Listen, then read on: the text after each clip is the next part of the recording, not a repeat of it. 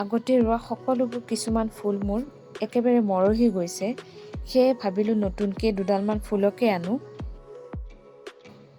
এয়া মহাশয়ে লাগি গৈছে একেবাৰে তাৰ কামত। সি চাৰ্জাৰডাল লৈছে। আচলতে সি আমাক যেতিয়া মোবাইলত চাৰ্জ দিওঁ সি যে এইবোৰ লক্ষ্যই কৰি আছে আমি ভবাই নাছিলোঁ। এইখিনিতে এটা কথা শ্বেয়াৰ কৰোঁ। বিশেষকৈ কাঁহ পিতলৰ বাচনবোৰ আমি যিমানে নামাজোঁ কিয় অকণমান উজ্জ্বলতাটো নাহে, কিন্তু সেই বুলি আমি যেতিয়া নেমুৰে ঘঁহোঁ তেতিয়া অকণমান হ'লেও উজ্জ্বলতাটো থাকে। সেই বুলি যে নেমু সদায় ইউজ কৰিম সেইটোতো পচিবল নহয়। তো সেই এনেকুৱা ধৰণৰ কাঁহ পিতলবোৰ উজ্জ্বলতাটো ৰাখিবৰ বাবে মই ব্যৱহাৰ কৰোঁ পিতাম্বৰী পাউডাৰ।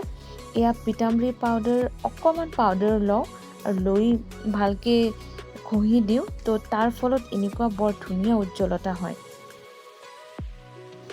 এয়া মোৰ ভাইটি লগতে মোৰ আম্মা আব্বা আহিলে অসমৰ পৰা পুনেলৈ।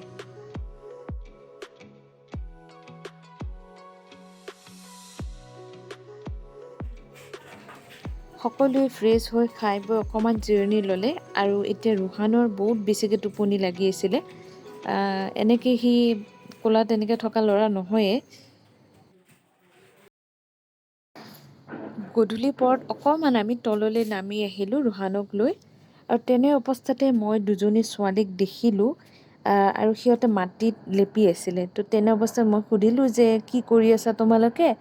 তো সিহঁতে উত্তৰ দিছিলে কিন্তু মই বুজি নাপালোঁ। তাৰপিছত আৰু ভাবিলোঁ দ্বিতীয়বাৰ মই নুসুধিলোঁ আৰু ডিষ্টাৰ্ব নিদিলোঁ সিহঁতক।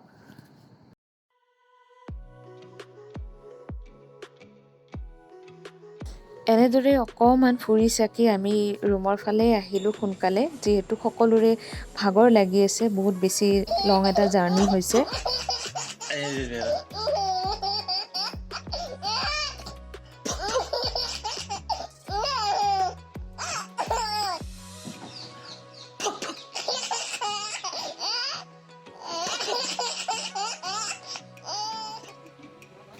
বহুত বেছি হাঁহিলে। এতিয়া তাক অকণমান শুৱাই মেলি ভালকৈ আকৌ সি গাড়ীখনকে মনত কৰিছে। সেয়ে ভাবিলোঁ গাড়ীখন যিহেতু বাহিৰৰ পৰা লৈ আহিছে, মচি পেলাই আকৌ তাক গাড়ীখনৰ লগতে অকণমান খেলিব দিয়া হ'ল।